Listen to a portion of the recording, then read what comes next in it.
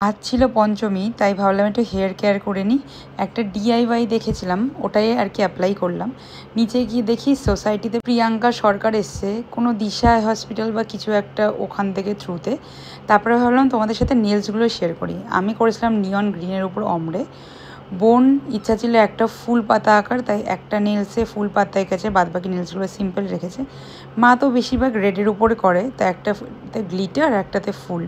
তারপর রাত্রিবেলা ছিল আজকে আন্টির বার্থডে, আর আন্টিকে না মাঝে মাঝে আমি ইয়ার্কি মেরে ও বৌদি বলে ডাকি, তো ওটাকেই কেকের মধ্যে লিখেছিলাম আর কি। তার জন্য আন্টি নাকি এজ হয়ে গেছে, তাই আন্টি একটু চশমা টশমা পরে এজেড সেজে এসছে। এমনি সময় কিন্তু একটুও চশমা পরে না।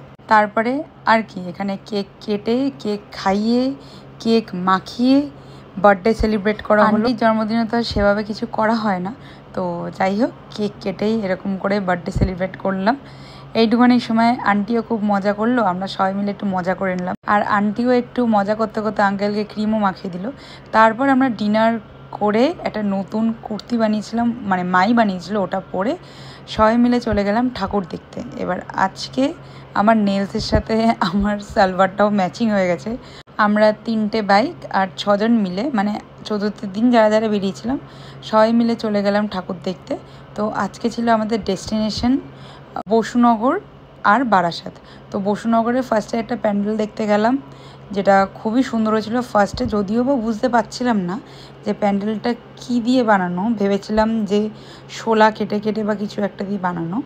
যাই হোক, ভিতরের ঠাকুরটা সিলভারের উপর করেছিল আর ঠাকুরটা খুবই সুন্দর হয়েছিল। তারপরে দেখলাম ভিতরের যা আছে সব স্ট্রাকচারগুলোই শোলা দিয়ে কেটে কেটে করা। তারপরে আমরা অনেক খুঁচিয়ে খুঁচিয়ে দেখার পর জিনিসটাকে বার করলাম যে এটাকে শালপাতার বাটি আর স্পঞ্জ যেগুলো মোটা মোটা হয় সেটা দিয়েই করা। বাট এই চাদরটা কিন্তু দারুণ লাগছিল লাইটের। ওখান থেকে চলে গেছিলাম আমরা পেয়ারা বাগান। আর পেয়ারা বাগানে খুব সুন্দর মেমোরিজ আছে, কারণ আগে ছোটোবেলায় আমি, মা, বাবা, বোন সবাই মিলে পেয়ারা বাগানেই আসতাম। দিদিরাও ঘুরে ঘুরে পেয়ারা বাগানেই আসতো, সবাই ওখানেই থাকতো আর এখানে এসে দেখা হতো। এই প্যান্ডেলটা সাধু বাবা নিয়ে কিছু একটা করেছিল, গাছের নিচে সব সাধুরা বসে আছে, নৌকা টৌকা ছিল। যদিও বা আমার প্যান্ডেলগুলো একটু বুঝতে প্রবলেমই হয়েছে, বাট সত্যি কথা যেটা বুঝলাম, গাছের নিচে সাধুরা ধ্যান করছে। আর ঠাকুরটা কিন্তু খুব সুন্দর হয়েছিল এটার।